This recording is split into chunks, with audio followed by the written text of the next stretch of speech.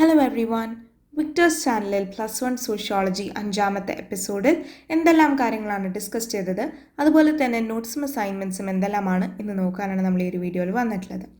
നമ്മളിപ്പോൾ sociology first chapter sociology in society ആണ് discuss ചെയ്തുകൊണ്ടിരിക്കുന്നത്. അതിൽ തന്നെ നമ്മൾ ആദ്യം ഡിസ്കസ് ചെയ്ത ടോപ്പിക് സോഷ്യോളജിക്കൽ ഇമാജിനേഷൻ ആയിരുന്നു. എങ്ങനെയാണ് ഒരു ഇൻഡിവിജ്വലിൻ്റെ പ്രോബ്ലം ഒരു ഹോൾ സൊസൈറ്റിയുടെ പ്രോബ്ലമായിട്ട് കണക്റ്റഡ് ആവുന്നത്. അതേപോലെ തന്നെ നമ്മൾ ഡിസ്കസ് ചെയ്ത അടുത്ത ടോപ്പിക്കായിരുന്നു പ്ലൂറാലിറ്റീസ് ആൻഡ് ഇൻഇക്വാലിറ്റീസ്. നമ്മുടെ സമൂഹത്തിൽ ഒരുപാട് ടൈപ്പ് അല്ലെങ്കിൽ ഡൈവേഴ്സിറ്റീസ് ഓഫ് കമ്മ്യൂണിറ്റീസ് ഉണ്ട് എന്നും അത് കാസ്റ്റ് ബേസ്ഡ് ആവാം, അല്ലെങ്കിൽ റിലീജിയസ് ബേസ്ഡ് ആവാം, എത്നിസിറ്റി, ലിംഗ്വിസ്റ്റിക് ഡിഫറൻസസ് ആവാം. ഇതുപോലുള്ള കുറേ ഡിഫറൻസസ് നമ്മുടെ സൊസൈറ്റിയിൽ പ്ലൂറാലിറ്റീസ് ക്രിയേറ്റ് ചെയ്യുന്നു. ഈ പ്ലൂറാലിറ്റീസ് കാരണം നമ്മൾ ഇൻഇക്വാലിറ്റിയിലേക്ക്, ഒരു ഡിസ്ക്രിമിനേറ്റീവ് സൊസൈറ്റിയിലേക്ക് ലീഡ് ചെയ്യുന്നു എന്നുള്ളത് നമ്മൾ കണ്ടു.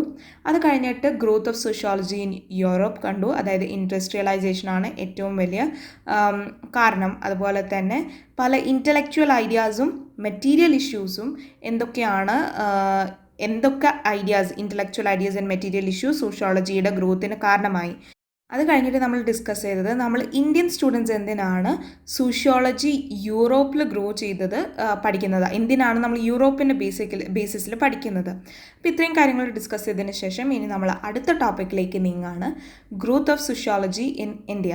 ഇന്ത്യയിൽ എങ്ങനെയാണ് സോഷ്യോളജി വളർന്നു വന്നത് എന്നുള്ളതിനെ കുറിച്ചാണ്. ഇപ്പോൾ ഇന്ത്യയിലെ ഏറ്റവും അധികം സോഷ്യോളജിയുടെ ഗ്രോത്തിനെ എഫക്റ്റ് ചെയ്തൊരു കാര്യമായിരുന്നു കൊളോണിയലിസം. ഈ ഒരു കൊളോണിയലിസം കാരണം തന്നെ മോഡേൺ ക്യാപിറ്റലിസവും ഇൻഡസ്ട്രിയലൈസേഷനും എല്ലാം ഇന്ത്യയിലും ഒരു എസെൻഷ്യൽ പാർട്ടായിട്ട് ഗ്രോ ചെയ്യുന്നത് നമുക്ക് കാണാൻ സാധിച്ചു. പക്ഷേ ഈ മോഡേൺ ക്യാപിറ്റലിസത്തിൻ്റെയും ഇൻഡസ്ട്രിയലൈസേഷൻ്റെയും എല്ലാം എഫക്റ്റ് യൂറോപ്പിലെ പോലെയല്ല ഇന്ത്യയിലെ എഫക്റ്റ് ആയത്. It was totally different. അതായിരുന്നു സോഷ്യോളജിയുടെ ഗ്രോത്തിന് ആദ്യം തന്നെ ഇന്ത്യയിൽ കാരണമായൊരു കാര്യം. കാരണം ഇപ്പോൾ യൂറോപ്പിൽ ഒരു രീതിയിലാണ് അവരുടെ പ്രോബ്ലംസ് എന്തൊക്കെയാണോ ആ പ്രോബ്ലംസാണ്, ആ സൊസൈറ്റിയുടെ പ്രോബ്ലംസാണ് അവിടുത്തെ വെസ്റ്റേൺ സോഷ്യോളജിസ്റ്റ് എല്ലാം പഠിച്ചത്. അതിന് വേണ്ടിയിട്ടുള്ള സൊല്യൂഷൻസ് ആയിരുന്നു അവർ കണ്ടെത്തിയത്. അതിൽ നിന്നും തികച്ചും ഡിഫറെൻ്റ് ആയിട്ടുള്ള എഫക്ട്സ് ഇന്ത്യയിൽ വന്നപ്പോൾ ഇന്ത്യൻ സോഷ്യോളജിസ്റ്റ് അതിനെ ഡിഫറെൻ്റ് ആയിട്ട് പഠിക്കണം. എന്താണ് ആ ഒരു സൊസൈറ്റിയുടെ പ്രോബ്ലംസ് ഡിഫറെൻ്റ് ആകുമ്പോൾ ആ പ്രോബ്ലംസ് ഡിഫറെൻ്റ് ആയിട്ട് രീതിയിൽ പഠിക്കണം, അതിനുള്ള സൊല്യൂഷൻസും നമ്മൾ കണ്ടെത്തണം.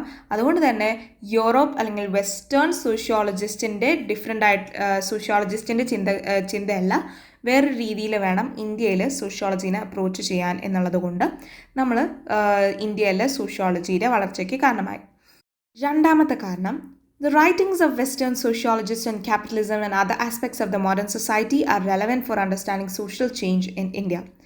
ഇന്ത്യയിൽ സോഷ്യൽ ചേഞ്ച് മനസ്സിലാക്കാൻ വേണ്ടി നമ്മൾ വെസ്റ്റേൺ സോഷ്യോളജിസ്റ്റിൻ്റെ ക്യാപിറ്റലിസത്തിനെയും അതുപോലെ തന്നെ മോഡേൺ സൊസൈറ്റീനെയും കുറിച്ചുള്ള റൈറ്റിങ്സ് എല്ലാം മനസ്സിലാക്കി വന്നപ്പോൾ ഇന്ത്യയിലെ സോഷ്യൽ ചേഞ്ചസിന് കുറച്ച് അണ്ടർസ്റ്റാൻഡിങ് നമുക്ക് ലഭിച്ചു എന്നുള്ളതാണ്.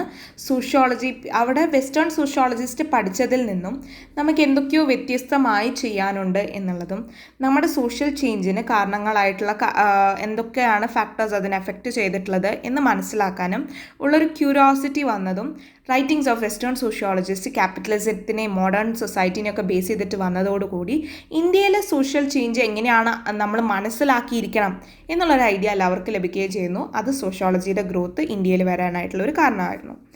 പിന്നെ വന്നത് ഞാൻ നേരത്തെ പറഞ്ഞ പോലെ തന്നെ impact of industrialisation in India was not as the same ഇൻ വെസ്റ്റിൽ അല്ലെങ്കിൽ ആ യൂറോപ്പിലുള്ള അതേപോലത്തെ ഇമ്പാക്റ്റ് അല്ലായിരുന്നു ഇന്ത്യയിലെ ഇൻഡസ്ട്രിയലൈസേഷന് ഉണ്ടായിരുന്നത്. Sociology in India also had to deal with the Western writings and ideas about the Indian society that were not always correct.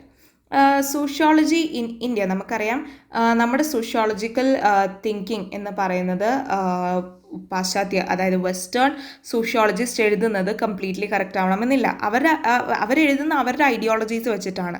ഇന്ത്യയിൽ എന്താ നടക്കുന്നു എന്നുള്ളത് ഇന്ത്യൻസ് ആണ് മനസ്സിലാക്കേണ്ടത്, ഏറ്റവും അധികം അവർക്കായിരിക്കും അറിയുന്നത്. പക്ഷേ വെസ്റ്റേൺ സോഷ്യോളജിസ്റ്റ് അല്ലെങ്കിൽ വെസ്റ്റേൺ തിങ്കേഴ്സ് എല്ലാം എഴുതി വെച്ചിട്ടുള്ള റൈറ്റിങ്സ് ഇന്ത്യൻ സൊസൈറ്റീനെ കുറിച്ച് എപ്പോഴും കറക്റ്റ് ആയിരുന്നില്ല. നമുക്കറിയാം, എപ്പോഴും പറയുന്ന ഇന്ത്യൻ വില്ലേജ് എന്ന് പറയുന്നത് അൺചേഞ്ചിങ് ആയിട്ടുള്ള സൊസൈറ്റിയുടെ ഏറ്റവും ഇൻഫാൻസിയിൽ നിൽക്കുന്ന ഒരു സമൂഹമാണ് എന്നുള്ളതാണ് വെസ്റ്റേൺ തിങ്കേഴ്സിൻ്റെ ഐഡിയോളജി വെച്ചിട്ട് പറയുന്നത്. പക്ഷെ നമ്മൾ ഇന്ത്യൻസിനനുസരിച്ച് ഗ്രാമങ്ങൾ എന്ന് പറയുന്നത് വളരെ ഇമ്പോർട്ടൻ്റ് ആണ്. നമ്മുടെ ഇന്ത്യയുടെ സോൾ എന്ന് പറയുന്നത് ഗ്രാമങ്ങളാണ്. അപ്പോൾ നമ്മൾ ഇന്ത്യൻസ് എന്ത് ആലോചിക്കുന്നു, എന്ത് വിചാരിക്കുന്നു എന്നുള്ളതിന് നേരെ ഓപ്പോസിറ്റ് ആയിട്ടാണ് വെസ്റ്റേൺ റൈറ്റിങ്സ് വന്നുകൊണ്ടിരുന്നത്. വെസ്റ്റേൺ റൈറ്റിങ്സ് എപ്പോഴും ഇന്ത്യൻ സൊസൈറ്റിനെ കുറിച്ചിട്ടുള്ള വെസ്റ്റേൺ റൈറ്റിങ്സ് എപ്പോഴും ശരിയായിരുന്നില്ല. ഇന്ത്യൻ ഐഡിയോളജീസ് ആയിരുന്നു അല്ലെങ്കിൽ ഐഡിയാസ് ആയിരുന്നു കുറച്ചും കൂടി കറക്റ്റായിട്ട് വന്നിരുന്നത്. ആ ഒരു കറക്റ്റ് ഐഡിയാസ് ആൻഡ് ഐഡിയോളജീസ് പുറത്തുവിടാനായിരുന്നു സോഷ്യോളജി പിന്നീട് ഡെവലപ്പ് ചെയ്ത് ഇന്ത്യയിൽ വരുന്നത്.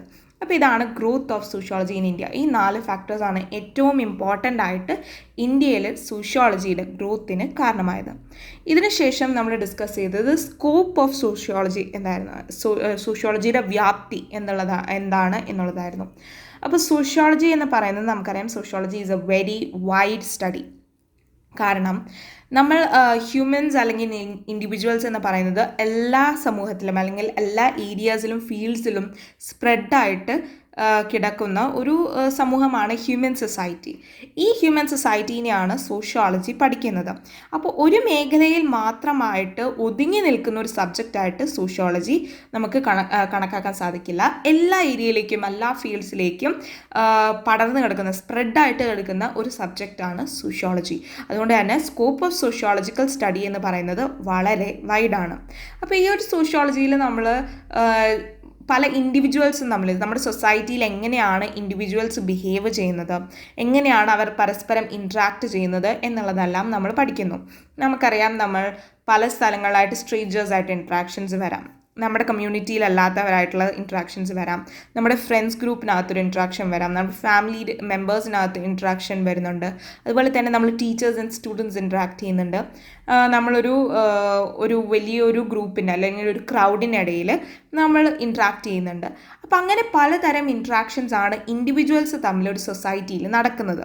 അപ്പോൾ സ്ട്രേഞ്ചേഴ്സ് ആവാം, അല്ലെങ്കിൽ ഒരു ഇൻഫോർമൽ അല്ലെങ്കിൽ ഫോർമൽ ഇൻട്രാക്ഷൻസ് ആവാം. അപ്പോൾ ഇതുപോലുള്ള ഇൻട്രാക്ഷൻസ് എല്ലാം നമ്മൾ സോഷ്യോളജിയിൽ പഠിക്കുന്നു. പിന്നെ വരുന്നത് study of national issues.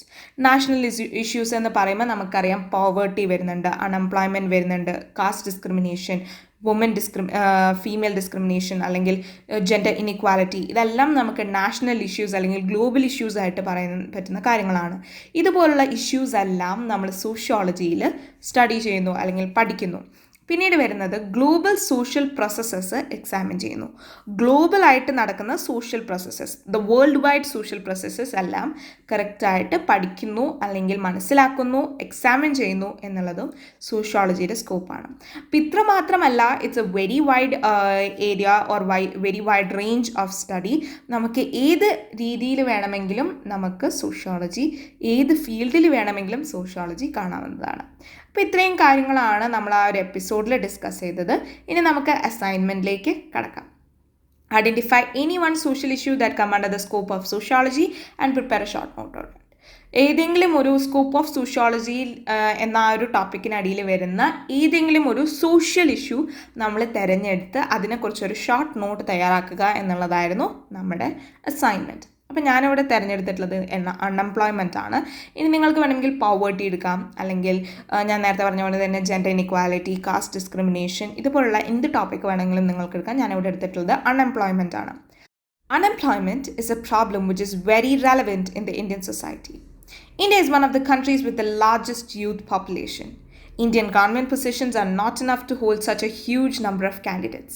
Thus, the Indian government always tried to create more opportunities. However, this is possible only to some extent. There is various types of unemployment still to be seen in our society. This includes disguised unemployment, seasonal unemployment, etc. അപ്പോൾ ഈ ഒരു short note എന്ന് പറയുന്നത് നിങ്ങൾക്ക് വേണമെങ്കിൽ hints ഇതിനകത്ത് നിന്നിട്ട് അല്ലെങ്കിൽ നിങ്ങൾക്ക് ഇതിനകത്ത് നിന്ന് ചില വേർഡ്സ് പിക്ക് ചെയ്തിട്ട് അത് നിങ്ങൾക്ക് എലാബറേറ്റ് ആയിട്ട് എഴുതി ഒരു റിപ്പോർട്ട് പോലെ തയ്യാറാക്കാവുന്നതാണ്. അപ്പോൾ ഇതിനകത്ത് നമ്മൾക്കിപ്പോൾ ഇൻക്ലൂഡ് ചെയ്യാത്തതെന്ന് പറഞ്ഞു കഴിഞ്ഞാൽ COVID-19 പാൻഡമിക് കാരണം നമ്മുടെ അൺഎംപ്ലോയ്മെൻറ്റ് എന്ന് പറയുന്നത് കുറച്ചും കൂടി രൂക്ഷമായിട്ടുണ്ട്. ആ ഒരു പ്രോബ്ലം കുറച്ചും കൂടി സ്ട്രെങ്തൺ ആയിട്ടുണ്ട്. അതുപോലെ തന്നെ നമ്മുടെ എക്കണോമീനെ എങ്ങനെയാണ് അത് എഫക്റ്റ് ചെയ്തിരിക്കുന്നത്, സോഷ്യോളജിസ്റ്റ് എന്ന രീതിയിൽ നിങ്ങൾ എങ്ങനെയാണ് ആ ഒരു പ്രോബ്ലമിനെ ഫേസ് ചെയ്യുക, എന്തായിരിക്കും നിങ്ങൾ അതിന് കൊടുക്കാൻ പറ്റുന്ന സൊല്യൂഷൻസ്, ഇതെല്ലാം നിങ്ങൾക്ക് ഒരു റിപ്പോർട്ട് എന്ന രീതിയിൽ വേണമെങ്കിൽ എഴുതി ചേർക്കാവുന്നതാണ്. എന്തായാലും നിങ്ങൾക്ക് ഈ ഒരു നോട്ട് അല്ലെങ്കിൽ എഴുതാവുന്നതാണ്. So that's all for today. നിങ്ങൾക്ക് നോട്ട്സും അസൈൻമെൻറ്റ്സും എല്ലാം മനസ്സിലായെന്ന് വിചാരിക്കുന്നു. എന്തെങ്കിലും ഡൗട്ട് ഉണ്ടെങ്കിൽ കമൻറ്റ് സെക്ഷനിൽ കമൻറ്റ് ചെയ്യാവുന്നതാണ്. അപ്പോൾ ഞാൻ എന്തായാലും റിപ്ലൈ തരുന്നതായിരിക്കും. Don't forget to subscribe to my channel and ring the notification bell. See you on my next video. Thanks for watching. Bye bye.